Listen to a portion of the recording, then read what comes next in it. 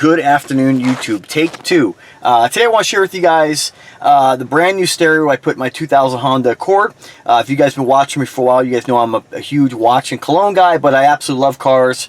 I have 3 custom vehicles, you know, and I when I say custom, they're, you know, not modestly, but they're just customized a little bit, you know, nothing over the top with crazy body work or anything like that. They're not show cars. They're cars I drive. One's a 2000 Accord Coupe, bought brand new back in '99. The other one's a 2006 Solara. I got back in, oh man, it's been at least, gosh, I don't even know, 15 years, 10 years.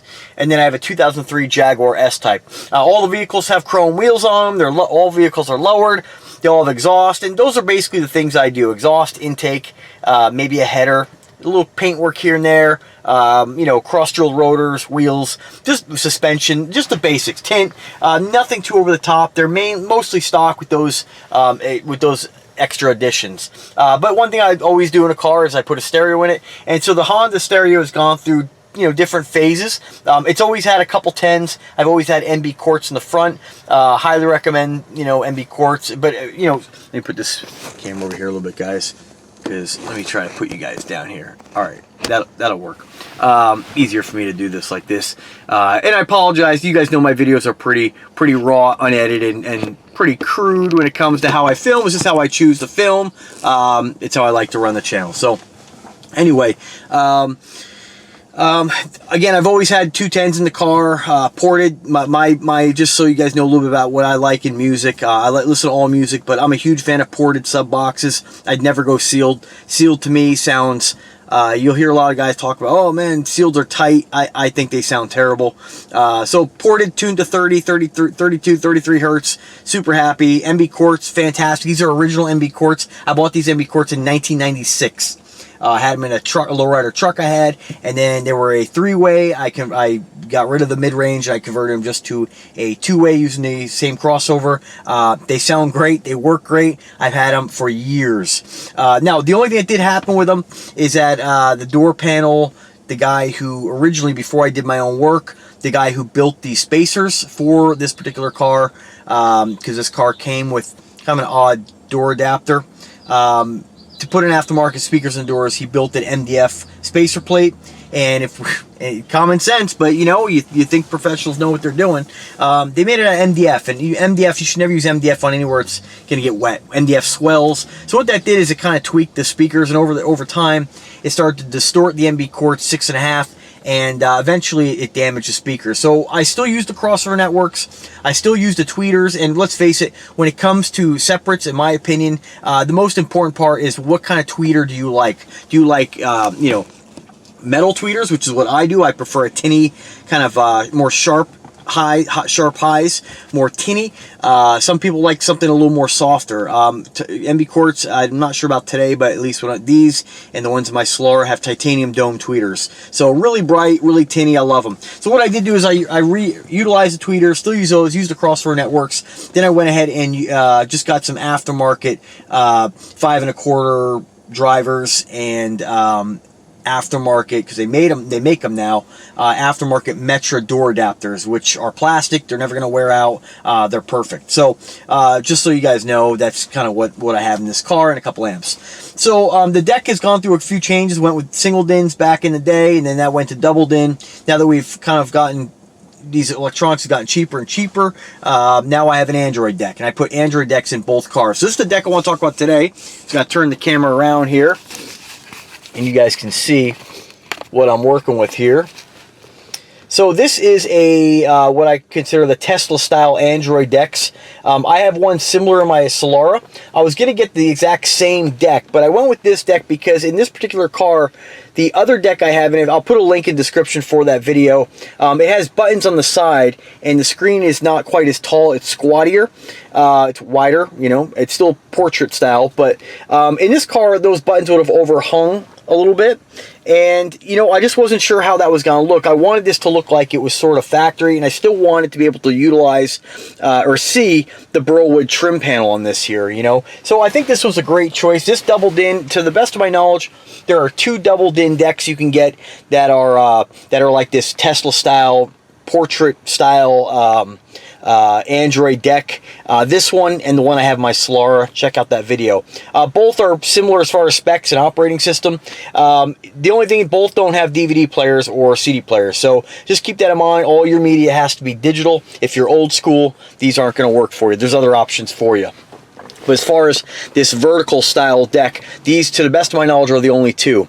Now, as far as the deck is concerned, something to think about when you install something like this is keep in mind, depending on the car you're putting this in, with these decks, they don't come with a lot of install gear, right? So you get your screws and you get two kind of brackets. And depending on the vehicle, you'll probably have to either get a Metra install kit or utilize some of your factory components. In this case, I couldn't use any of the brackets because this particular deck, how this car works is this trim piece needs to be on before the deck goes in. So if this deck came with a cage, like a more of a standard, you know, brand name deck, you'd have a cage that goes in, you lock the cage in, and then the deck would slide and lock in. With this car, it didn't come with a cage. Now it is something I may buy aftermarket and try that to maybe install it a little bit better. But in my case, this trim piece had to go on, then the deck. With this particular deck, in order for you to bolt it in using the brackets, you'd have to bolt the deck in and then put the trim piece on, and you can't bring this over the top of the deck. It's just too big. So keep that in mind when you're doing your install. As far as performance on these decks, you know, they're not like a modern day brand name cell phone. They work. They have the Android operating system, but it's just different than your standard Android system. Now I've heard you can put different launchers on this. I haven't experimented with that yet. You can't delete some of the apps. So some of these apps I've uninstalled, but the icon is still there. You can't remove them. You can't rearrange the icons, which is kind of annoying as well. With this particular unit, it's a little bit laggy. You know, I mean, when you press the buttons, the display is not, it's not perfect. You have to kind of press on it a little harder than you would your cell phone, but you know, it's functional. As far as music apps, the onboard app I don't like because it doesn't really have a lot of you know, pizzazz to it. So like when you open up the app, you can see, let me turn it down so we don't get any kind of flags here. You can see it's pretty basic. There's not really any kind of graphics. There's not really any kind of music titles, or not titles, but music album covers. Pretty blah, right? So let me just go back and I will kill this app by using cleanup. So that kills all the apps, hopefully. Sometimes it doesn't kill the music after reboot the device. I like to use, it's a Power Amp. So Power Amp to me is one of the nicest apps that I've been able to find. It's got a great graphic interface. It's got great customizable features. I really like the fact that, let me just play this, that you have a lot of different visualizations. A lot are free, some you have to buy. I think they're only like $5 for the app itself. The visualizations again range in price, but really cool. I mean, you have a lot of customizations in here. I like the fact that when you're playing this, you can move your finger. I'm trying to blank today. You can move your finger around and you can just get right to, you can advance the track or seek on the track wherever you want to stop. So it's got a lot of features, but I didn't want to talk about the app today. Let me get out of here. You can press the home button, that'll take you back home. I like that they have that feature. The power button here is not actually a power button, it's actually a mute button.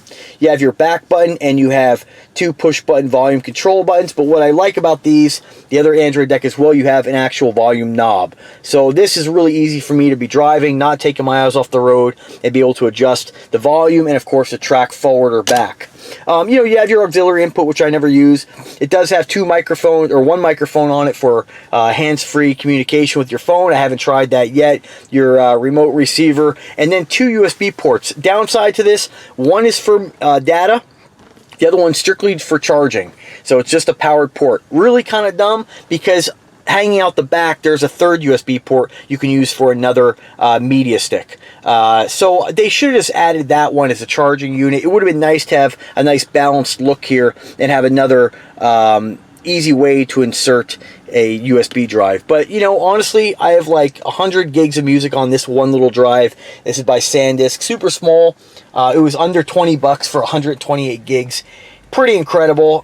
You really don't need much more than that. I'm not a movie guy in the car. I don't, have kids or anything like that, so there's really no point to put a movie on. If you were going to put a movie on, remember, it is going to be cut in half here because this is a different style deck. If movie watching is your primary focus, I'd probably try to get something in a landscape orientation. As far as everything else, similar to the way your Android system works, it's not, I wish these decks worked kind of like my LG cell phone or a lot of the cell phones I had. They're really snappy. They work faster. And I think that as time goes on, maybe these will get better. But this is still a quad-core processor, 1 gig of RAM and 16 gigs of storage. Again, with the micro or the USB card, 128 gigs. I wasn't too concerned with onboard storage because I know on something like this, I'm not going to add a lot of apps. I can tell you, in my other car, it has 16 or 32 gigs, and I was putting different apps on it, smart home tech apps, and honestly, unless you have a Wi-Fi connection that's, you're always connected with this deck,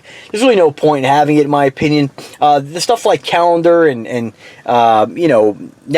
navigation, I don't really use. If I was going to go somewhere and needed to use a map, I would probably just go ahead and use my phone. It's just quicker and a little more reliable because you have the connection, right? So again, everybody's situation is going to be a little bit different. I added a few different things in here. There's things like car set. What else you got here? You have 2 navigation apps on this. I believe you can mirror your phone. You have the Play Store.